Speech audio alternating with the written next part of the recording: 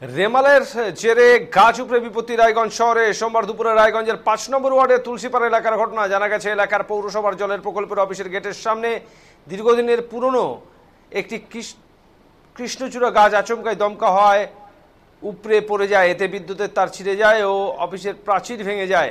তবে এই ঘটনায় পথচারীদের কয়েকজন বরাত জোরে বেঁচে যায় বলে প্রত্যক্ষদর্শীরা জানান।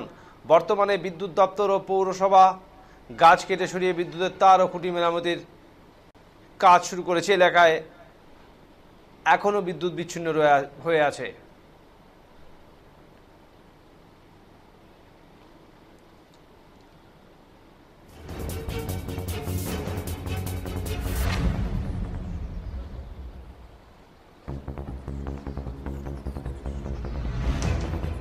আপনার নাম?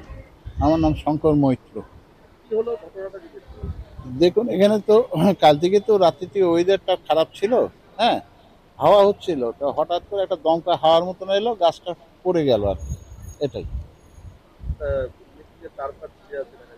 এটা তো ইনফরমেশন করা হয়েছে ঘটনার পরে। আগে তো ইলেকট্রিক লাইন ভালো ছিল, গাছও ভালো ছিল, এটা তো আমরা আগে ইনফরমেশন দিব। ঘটনা ঘটার পরে সঙ্গে সঙ্গে আমরা ইনফরমেশন করছি। আমাদের কি ক্ষতি হয়েছে গাছ পড়ে যাওয়াতে?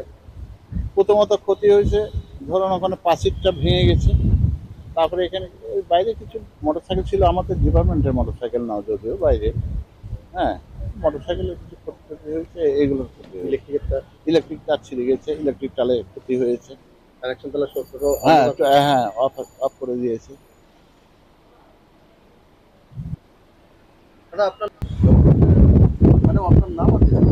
আমার নাম পূর্ণিমা ঘটক। আমি পিএইচই জেই জুনিয়র ইঞ্জিনিয়ার। আমি এটা চার্জে আছি, বেশি দিন হয়নি, এই জানুয়ারি মাস থেকে এটা চার্জে আছি।